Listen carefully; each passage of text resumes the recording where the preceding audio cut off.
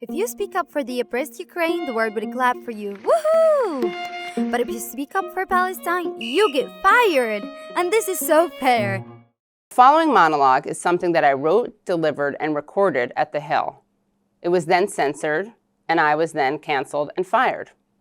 So journalist Katie Halper was fired from her new post at Hill TV's political commentary show Rising for her monologue known as Radar, where she called Israel an apartheid state. Halper used CNN Jake Tabor and Anti-Defamation League CEO Jonathan Greenblatt's condemnation of applying the term apartheid to Israel and their suggestion that the Palestinian American Rashida Tlaib was anti-Semitic for saying supportive Israel doesn't make any sense. And this is what Rashida said. That among progressives, it has become clear that you cannot claim to hold progressive values, yet back Israel's apartheid government. In her commentary, Halper laid out the case that has been made by major human rights organizations like Amnesty International, Human Rights Watch, and the Israeli human rights group B'Tselem, that Israel in fact is an apartheid state. Like, guys, we live here. Israel practices inhumane lifestyle against us.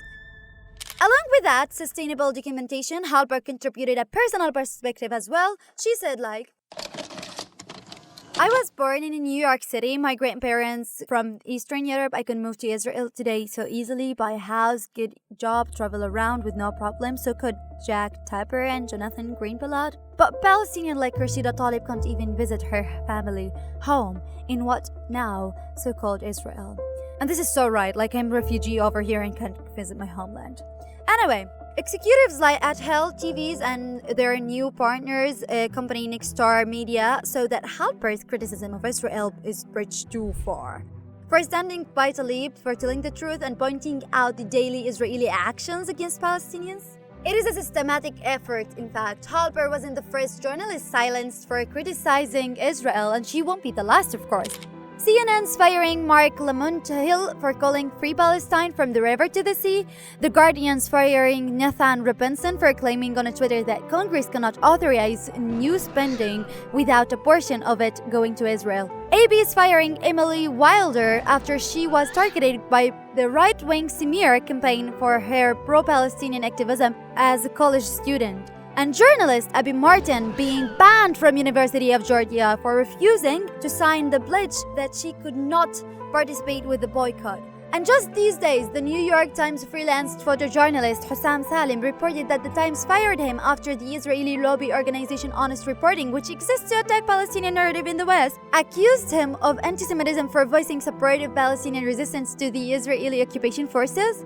And what is taking place over here is a systematic effort to destroy the image of Palestinian journalists as being incapable of trustworthiness and integrity. Simply because we cover the human rights violation that Palestinian people undergo on a daily basis at the hands of Israeli forces? The best defense is a good defense. The firing of journalists like Salim, Wilder, and Hill wasn't a response for their violating any clear policy for their respective outlets. Instead, well-funded pressure groups are able to get a pro-Palestinian journalists fired, especially when they can appeal to pro-Israeli sympathetic in the media management. For journalists operating in Palestine, censorship takes on violent and deadly forms. Like, getting fired is hardly the worst form experienced by journalists who expose Israeli crimes. The Palestinian journalists reported 479 violations and crimes against the Palestinian journalists by Israeli forces and settlers in just the first half of 2022. These include 2 killings, 35 shootings, and enormous assaults and arrests. Over 50 journalists have been killed by the Israeli forces since 2001, including Al Jazeera reporter, correspondent Shireen Abu Akleh, who was an American citizen. So this is your destiny if you are a journalist here in Palestine. Either killed, fired, or silenced. This is the world. Fair is foul, and foul is fair.